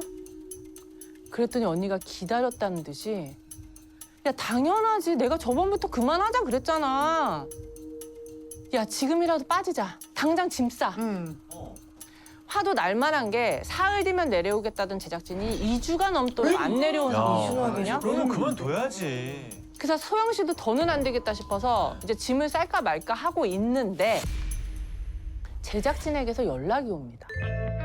소영 씨, 아우 너무 오래 기다리셨죠? 우리 내일 내려가려고요. 아이고 이번엔 진짜예요. 또 어찌됐건 내일 온다니까. 그래. 하루만 참으면 되니까. 네. 그래서 소영 씨는 하루 더 거제도에 남아요. 하루면 돼. 그 작가 언니 부부도 소영 씨만 두고 갈 수는 없다며 같이 남았죠. 같이 있어야죠. 그런데 예? 너 뉴스 못 봤어? 지금 그 방송국 난리 났어. 한번 틀어봐. 갑자기 흥분한 작가 언니가 이런 얘기를 합니다. 무슨 뉴스였을까요? 검찰이 채널 출범 당시 자본금을 편법으로 충당했다는 의혹을 받아온 법인과 관계자들을 재판에 넘겼습니다. 소영 씨랑 계속 연락을 했던 그 방송국 사장님이 불법 자금을 모은 혐의로 조사를 받게 됐다는 내용이에요. 구속된 건 아니고 그냥 재판을 받게 된 상황인 건데 이 와중에 사장님이 소영 씨에게 따로 연락을 합니다. 비자금 의혹이 터져서 그 비자금을 세탁이라는 걸 해야 되는데 방송국 자기 가족들이나 이런 사람들한테 부탁할 수가 없고 자기가 오랜 시간 봐왔던 작가님한테 부탁을 하려고 한다. 근데 그 과정이 조금은 힘들 수는 있겠지만 그 대가는 상당히 크다. 소영 씨가 작가님을 설득을 해줄 수 있겠냐. 이게 정말 말이 되는 상황인가? 그러니까 요는 이 김 작가라고 하는 그 언니 명의의 통장에 비자금을 잠깐만 맡아달라. 그 내용을 언니를 좀 설득해달라고 소영 씨한테 부탁하는 거예요. 대가는 확실하게 챙겨드린다면서. 그렇지. 대가가 크다 그러면 또 뭐 내가 직접 돈을 지출하는 것도 아니고 언니만 설득하면 돼? 약간 혹할 수는 있을 것 같아요. 그러니까 언니 돈을 달라는 것도 아니고 네. 언니 통장에 돈만 좀 잠깐 넣어놓겠다는 거니까. 근데 문제는 그게 다 찾으면 나온단 말이지. 그러니까 문제가 되죠. 근데 아무튼 언니한테 이 얘기를 조심스럽게 전했죠. 뭐? 내 계좌를 달라고? 아니, 그러니까 계좌를 달라기보다는 돈을 좀 거기다 좀 맡아달라는 거지. 그게 무슨 말도 안 되는 소리야. 너 그게 말이 된다고 생각해? 근데 믿을 만한 사람이 언니밖에 없대. 방송국 사람이나 관계자들은 다 같이 조사를 받는가 보더라고. 그럼 넌 내가 그걸 도와줬으면 좋겠다는 거야? 그래야 하지 않을까? 아니 근데 진짜로 그렇잖아. 무슨 작가한테 돈 세탁을 맡겨요. 어? 이분이 썼던 작품이 뭔데? 원작이 뭔데요? 그래서. 배우 한땡땡 씨랑 김땡땡 씨가 주연. 그게 원래 원작이 소설이거든요. 맞아. 진짜? 네. 야 그럼 대박이지. 이거 작가님이면 네. 성균관 스캔들 원작자랑 같은 거야. 뭔가 납득이 된다, 이제.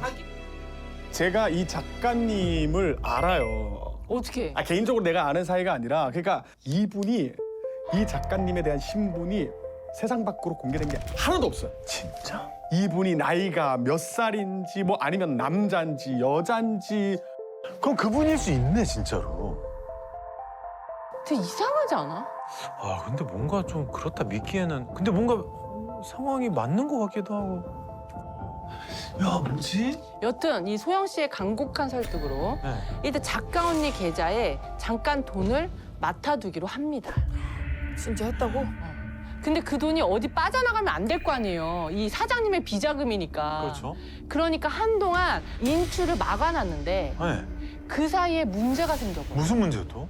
작가 언니 가족들이 작은 사업을 하나 하는데 거래처에 줬어야 할 돈줄까지 막힌 거예요. 왜냐면 인출을 막아놨으니까. 거래처에 줬어야 할 돈들까지 막혀서 고소를 당해요. 언니 이게 무슨 말이야? 이러고 물어봤죠. 그러니까 내가 너 때문에 여기서 지금 묶여만 있으니 여기저기서 나를 고소를 하네. 나도 미치겠어. 스트레스 받아. 무슨 상황인지 알겠죠? 그러자마자 방송국 사장님한테 연락이 왔어요. 아니 이거 빨리 해결을 하셔야 돼요. 아니 언니한테 얘기는 했는데 방송국에서 하시라고. 아 이거 큰 돈도 아닌데 왜 그래요? 이거 시간 없으니까 일단 해결을 좀 해주시고 이러다 경찰 쪽에서 작가님 통장 조사라도 하면 이거 진짜 괜히 일 커집니다. 근데 하루에도 막 고소건이요. 많을 때는 4-5건 들어오고요. 근데 그게 막 금액이 클 때는 200, 80, 60, 100. 금액이 대중 없고 계속 고소건이 계속 들어오는 거예요. 그래서 언니 이거 해결해야 된다는데 몰라 지들이 해결하라 그래. 그렇게 내 이름으로 쓸 거면 이런 식으로 나오더라고요.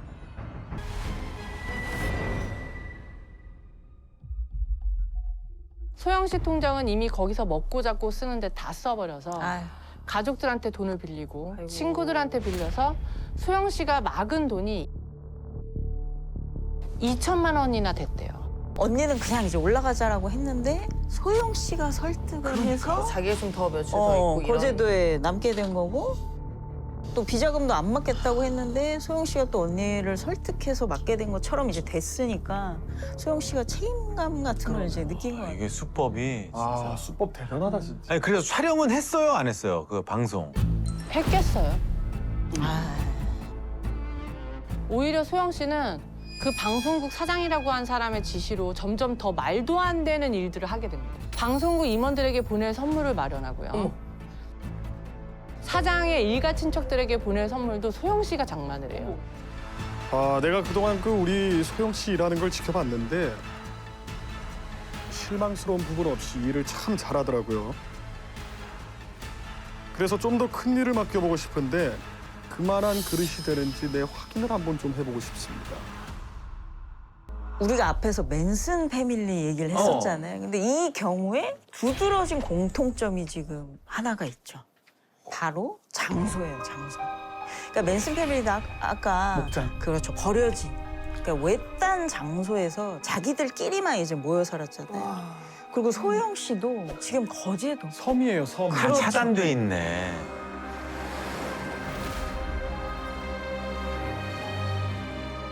아는 사람 없이 완전히 단절된 곳에서 지금 계속. 그러네. 자기가 좀 객관적으로 상황을 볼 수 있는 주변 사람들이라든지 물어볼 사람들, 이 사람들로부터 차단이 돼 있거나 고립이 돼 있으면 합리적인 판단을 하기가 굉장히 힘들어요. 맞아. 사실 가스라이팅 할 때 필수적으로 들어가는 요소가 고립이고 피해자를 고립시키는 거예요.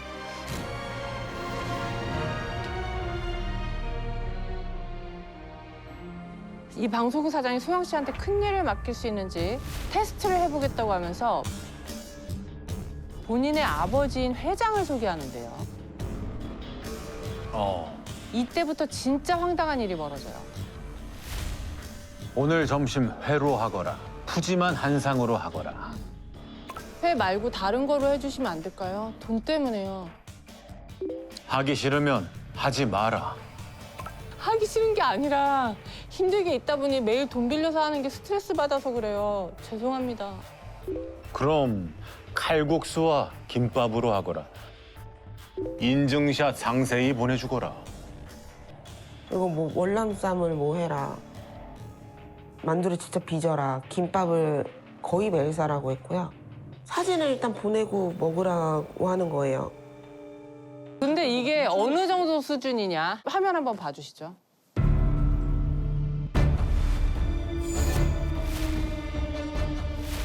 아우 내가 미치겠다.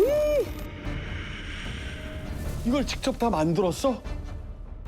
다 만들어 놓으면 사진을 찍어서 보내고. 전송을 해야 되고 제 음식은 보낼 수가 없으니 소영 씨가 다 먹어야 되고. 자, 이게요. 10월 달에 그 사장님과 소영 씨의 대화예요. 12월 1월. 문자 메시지 대화. 이 정도면 연인 아니에요, 거의? 너무한다 진짜. 문자 메시지 대화예요. 회사인데 회사? 아니 근데 그러네 지금까지 계속 문자로만 주고받고 있었던 거예요. 네, 소영 씨는 이 사장님이나 회장님이라는 분, 이 방송사 이분들은 한 번도 만난 적이 없대요. 미치겠다. 이렇게 그냥 계속 문자로만 연락을 했던 거죠. 근데 나중에서야 소영 씨 남자친구가 이 회장님이라고 했던 그 남자랑 영상 통화를 잠깐 할 일이 있었대요. 진짜? 아니래요. 그러면 완전 딴판. 그래. 남자친구도 계속해서 이런 상황을 알고 있었을 거 아니에요. 남자친구는 중간에 거제도를 떠난 상황이고 소영 씨 혼자 남아서 이렇게 했다고. 옆에 친구 한 명 있으면서 이 얘기를 하면 지금 말도 안 되는 상황이라고 누가 얘기를 해줄 거 아니에요. 그럴 하지만 그때 전혀 생각도 못한 거죠. 자꾸만 너무 답답한 일이 벌어지니까. 소영 씨는 무속인에게 상담을 해요. 무속인마저 소영 씨에게 기이한 일들을 시킵니다. 자기가 하라는 대로 하라는 거예요. 그래서 새벽 4시마다 뭐 샤워를 해야 되고 매일매일 종이 인형을 자르고 이쁜 옷을 입히고 그 종이 인형을 머리 부분으로 다 잘라라. 그리고 다 색칠도 그림 그리기도 시켰나? 하도 막 이것저것 사람 많이 시켜서 그래서 막 아무튼 사람이 자다가 새벽 4시마다 맨날 샤워를 하고. 그러니까 뭐 무속인이 시킨 일이나 그 회장이 시킨 일이나 공통된 목적이 있죠. 쉴 틈을 안 주고. 아까 보면 뭐 새벽 4시에 샤워를 하고. 그러니까 이런 사건에서 꼭 나오는 게 사람 잠을 못 자게 해요. 그러니까 소영 씨로 하여금 생각이란 걸 할 겨를이 없이 쉴 새 없이 뭘 하게 만들어서 고립만큼이나 사람 심리 조작을 쉽게 하는 게 저런 식으로 쉴 틈 없이 만다. 4층 사기범이 소영 씨한테 선물 좀 사서 보내라는 심부름을 여러 번 시켰다고 수차례 했잖아요. 시켰죠. 그때마다 똑같은 얘기를 했대요. 뭐요? 김 작가네 집에서 그 횟집을 하는데 그 집 횟감이 물이 아주 좋아요. 꼭 거기에서 주문하세요. 그 횟감이나 전복 같은 거를 살 때 소영 씨가 김 작가네 횟집에 직접 가서 보고 산 건가요? 아니요. 김 작가를 통해서 주문을 했어요. 그러면 돈도 김 작가한테 바로 정말 물건이 갔는지 안 갔는지도 모르는 거예요. 돈만. 그러면 애초에 김 작가네 집이 운영한다는 횟집 자체가 없을 수도 있는 거죠. 애초에 없겠지. 아이고. 이 작가까지 한편. 그럼 작가가 제일 나쁜 X네. 악의 축이네. 아니 근데 회품달 원작이라고 했는데 그분의 실제 신상이라는 게 전혀 알려진 바가 없거든요. 아 근데 그 작가님 아니겠지. 자, 저희가 확인을 해봤는데요. 직접 들어보시죠.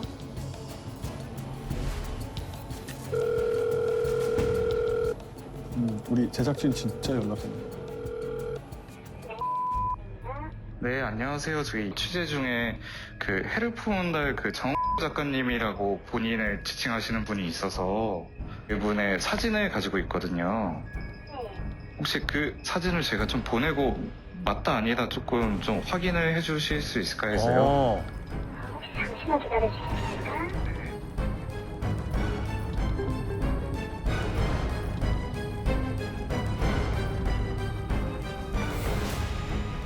뭐라고?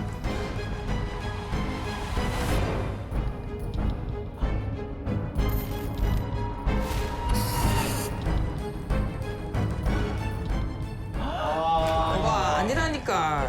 4층이네. 야, 그럼 그 김 작가도 공범인 거네요. 그렇죠. 완전 사기꾼인 거죠.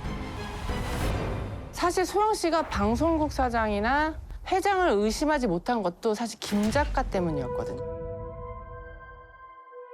호영 씨는 회장 의심했죠. 사장 다 의심했어. 근데 이 김 작가라는 사람만은 끝까지 믿고 있었던 거야. 내가 좋아하는 언니니까. 사장 명함 같은 거 없어 언니? 없지. 뭐 만나지도 않고. 난 만나지. 아니면 내가 사장한테 명함만 사진 하나 찍어서 보내달면 안 돼? 근데 기분 안 좋아할까 봐. 오빠 마음대로 하는데 기분 안 좋아할까 봐. 그래 내가 사장한테 전화 한번 해볼게. 내가 사장한테 전화했거든. 누가 기분 나빠해? 그거 만나서 명함이야. 만나서 전화하는 거지. 누가 명함을 막 그렇게 하려면서 되게 기분 나빠하는데? 그럼 지금 다 입금해드릴 테니까 여기 처리해드릴 테니까 그럼 올라오세요. 막 이러면서 손소리잖아. 근데 김 작가가 단순 공범이 아니라 더 중요한 역할을 했을 것 같아요. 어쩌면 아예 이런 설계를 한 사람이 김 작가일 가능성도 있는 것 같은데. 머리. 총책. 헤드. 총책. 그러니까 이런 유형의 사건에서 가해자가 1인 2역, 1인 3역 이런 식으로 상대의 심리를 조작하는 경우가 많거든요. 그래서 방송국 뭐 사장이니 회장이니 김 작가의 자작극일 가능성을 배제할 수가 없는 거죠. 그러니까 사실은 문자로만 연락을 했다고 했잖아요. 전화도 그러니까. 맞아. 문자 사진 보내라 뭐 이랬으니까. 그러니까 계속 문자로만 하다가 마지막에 이제 남자친구랑 영상 통화할 때, 그러니까 그때만 뭐 다른 누굴 내세울 수가 있는 거고. 그럼 그 무속인은 어떻게 되는 거야? 그 무속인을 소영 씨한테 소개해 준 것도 바로 김 작가. 그지. 아이고. 무속인한테 연락이 왔는데 소영 씨가 이제 전화로 하자니까 어제 기도를 너무 세게 해서 목이 쉬었다고 문자로 하자고. 무속인도 직접 만난 게 아니야?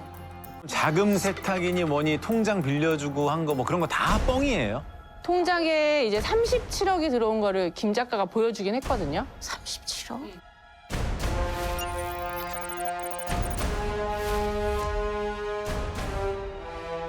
저런 거 요즘에 포토샵으로 되게 쉽게 만들 수 있어요. 그럼요. 저거 1분만 하면 해요. 소영 씨가 2019년 10월에 칠둥이 촬영을 하러 거제도에 내려갔다가 다음해 4월이 돼서야 집으로 돌아올 수 있었거든요. 아이고야. 그 사이에 이래저래 쓴 돈을 다 합치니까 약 1억 5천만 원 정도 되더래요. 7개월 동안. 근데 소영 씨는 집에 돌아와서도 김 씨한테 속았다고 생각을 못 했대요. 그냥 김 씨에게 오히려 미안한 마음이 컸다는 거예요. 자기가 중간 역할을 하필 해서. 그렇죠. 그 상황이. 오히려 내가 책임을 져야 하는. 그것 때문에 그죠?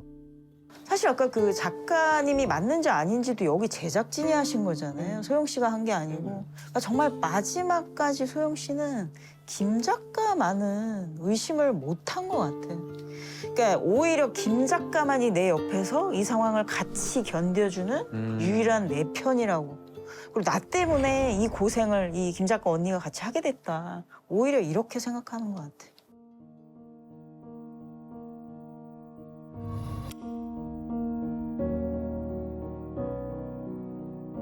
초등학교 때 전교생 딸을 당했었어요.